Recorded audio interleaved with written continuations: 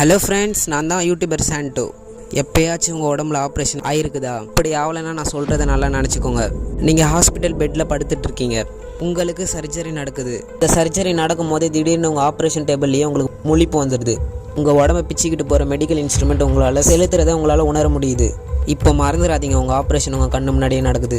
இந்த ஆப்ரேஷனில் வர வலி வேதனை எல்லாமே உங்களால் உணர முடியுது. உண்மையாகவே என்னென்னா, இந்த மாதிரி நடக்கிறது நீங்கள் நினைக்கிறதோட ரொம்ப ரொம்ப காமனாக இருக்கும். இப்படிலாம் நடக்குதுலாம் ரொம்ப கேஷுவலான விஷயம்தான். அதனால் இந்த வீடியோ ஃபுல்லாக பாருங்கள். வாங்க இந்த வீடியோக்குள்ளே போயிடலாம். போகிறதுக்கு முன்னாடி நம்ம சேனலை சப்ஸ்கிரைப் பண்ணிக்கோங்க.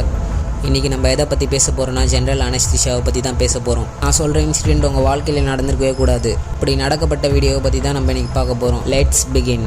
ஜென்ரலி எந்த ஒரு சர்ஜரி நடந்தாலும் அந்த சர்ஜரிக்கு முன்னாடி செலுத்த போகிற மருந்து தான் அனஸ்தீசியா மருந்து. இந்த அனஸ்தீசியா நம்ம உடம்புல 2 விஷயம் பண்ணுது. சர்ஜரிக்கு முன்னாடி பேஷண்ட்டு அன்கான்சியஸ், அப்படின்னா மயக்கமாக ஆக்கிடும். ஏன்னா எந்த ஒரு வழியும் நம்ம உடம்புல தெரியக்கூடாதுன்னு. செகண்டாவது விஷயம் என்னென்னா, நம்மளால் நியூ மெமரி கிரியேட் பண்ண முடியாது.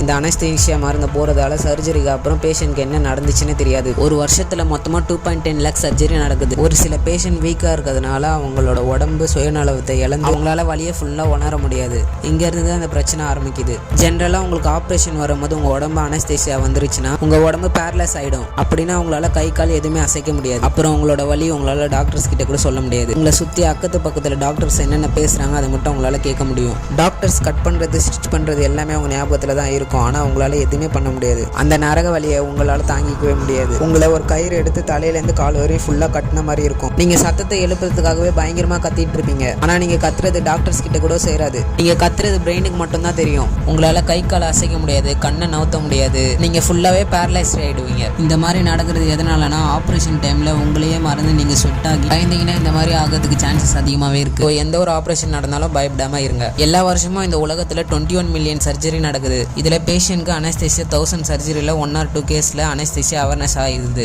இதில் ஒரு வருஷத்தில் 20,000 to 30,000 கேஸ் அனஸ்தீசியா அவேர்னஸ் நடக்கும். கரெக்டாக 2004 சிட்னி வில்லியம்ஸ்க்கு ஹார்ட்டில் சர்ஜரி நடக்குது. டாக்டர்ஸ் இந்த சர்ஜரிக்கு முன்னாடியே அவன்கிட்ட சொல்லிட்டாங்க, நீ சாவறதுக்கு ஒரு 50% சான்ஸ் இருக்கும், அதே மாதிரி நீ வாழ்றதுக்கும் ஒரு 50% சான்ஸ் இருக்கும். டாக்டர்ஸ் அவனோட ஸ்டெர்னம், அதாவது அவனோட பிரெஸ்ட் போனை ஓப்பன் பண்ணும்போது அப்பயே அவனுக்கு அனஸ்தீசியா அட்டாக் வந்து அவனுக்கு முழிப்பு வந்துருது. அவனால 1 inch கூட அவன் அகர முடியல. வில்லியமால அழுக கூட முடியல. வில்லியம் தன்னோட கண் வழியாவே கதறி அழுதுட்டு இருக்கான், டாக்டர் என்ன காப்பாத்துங்கன்ட்டு. டாக்டர்ஸ் பேசுறதும் நர்ஸ் பேசுறதும் பக்கத்துல எல்லாமே அவனால உணர முடியுது. ஒரு வழியா அவனோட ஆபரேஷன் முடிவுல வருது.